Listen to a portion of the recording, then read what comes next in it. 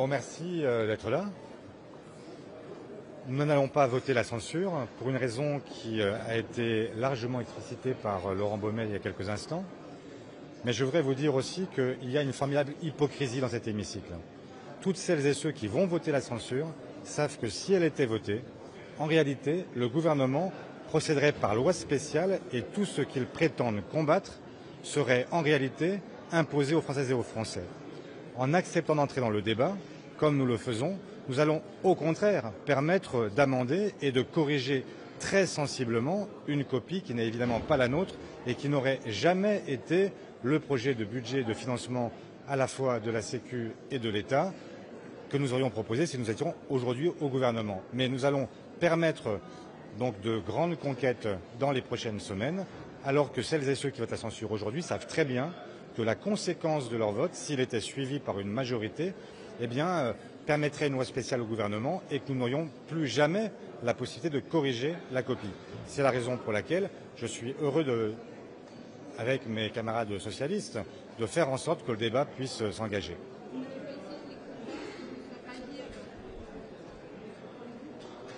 Mais je crois que comme toujours dans ces moments-là, il y a des gens qui cherchent davantage le symbole. Et c'est vrai que c'est beaucoup plus facile d'expliquer que comme ce gouvernement n'est pas le nôtre, on le censure. Mais que veut-on? Passer d'une censure à l'autre? Être d'un gouvernement à l'autre amené à dire qu'aucun d'entre eux ne tiendra jamais? Il n'y a pas de majorité dans ce Parlement. Aucun d'entre nous n'a la majorité. C'est vrai pour l'extrême droite, c'est vrai pour la droite, c'est vrai pour la gauche. Et donc nous sommes dans une situation où il faudra forcément agir avec un Parlement qui n'est le Parlement de personne, ou plus exactement qui est le Parlement de tout le monde, en tout cas celui que les Français ont choisi il y a un an, qui est parfaitement légitime puisqu'il est celui qui a connu finalement le taux de participation le plus élevé depuis 40 ans, et donc nous allons faire avec.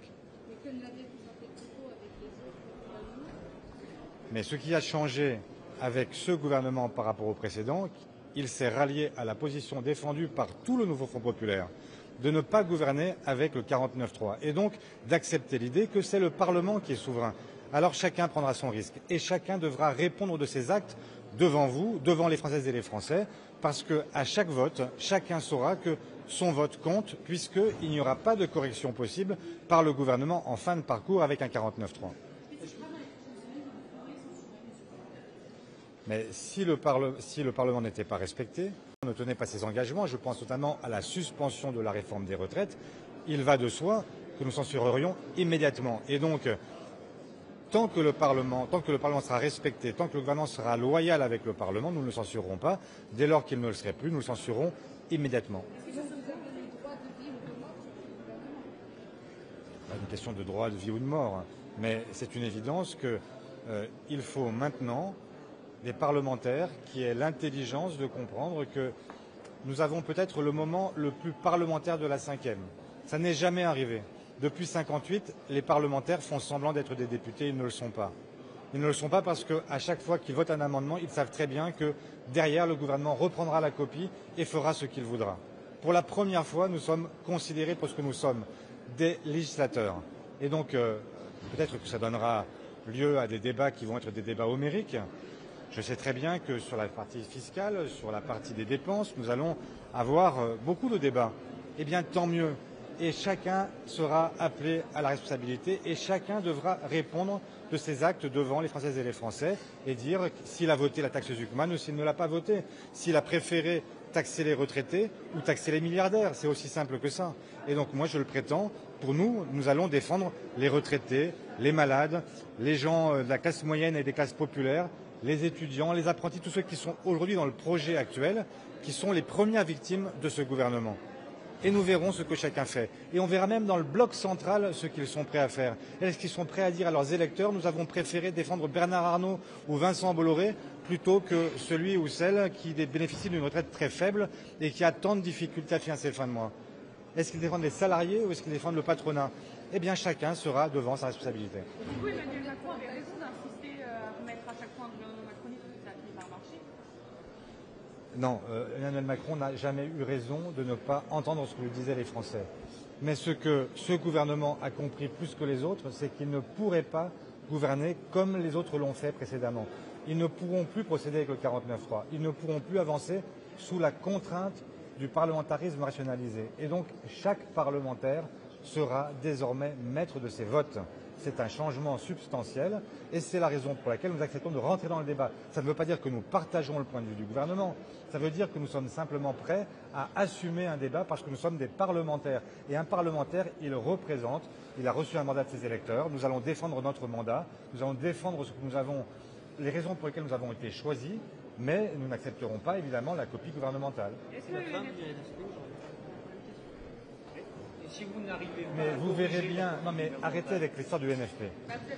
Vous avez, mais nous allons défendre dans l'hémicycle, qu'est-ce que nous allons défendre dans l'hémicycle? Nous allons défendre ce que nous avons défendu devant nos électeurs.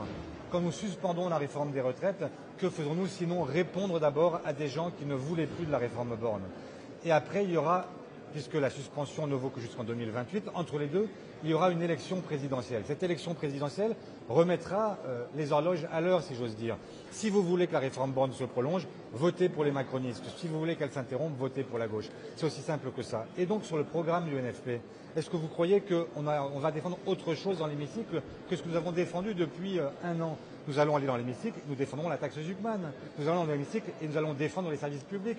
Nous allons défendre l'école, l'hôpital, les salaires, faire en sorte qu'il y ait des gains de pouvoir d'achat pour les Françaises et les Français. Nous n'allons pas défendre l'inverse, ce que nous avons toujours défendu. Mais nous allons pouvoir le faire. Et donc, ce serait absurde de dire on préfère censurer. Comme ça, on est sûr d'avoir une dissolution. Avec une dissolution, pendant ce temps-là, le gouvernement procède par loi spéciale parce que les délais seront forclos et nous aurons en réalité tout ce que nous ne voulons pas. Nous, en ouvrant le débat, nous permettons que cette copie-là soit corrigée.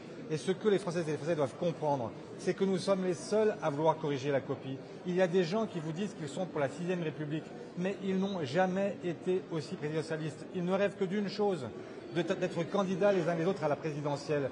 Mais si on avait la certitude que la gauche gagne la présidentielle, je vous dirais ok, on y va. Mais personne ne le sait. Personne ne peut en avoir la garantie. Et donc, moi, je préfère un Parlement qui légifère, qui est responsable, et une gauche qui obtient, une gauche qui permet des avancées maintenant. Pas promettre la lune pour demain, mais permettre qu'aujourd'hui les choses changent. Si vous n'arrivez pas à corriger la copie du budget, est-ce que vous le voterez quand même?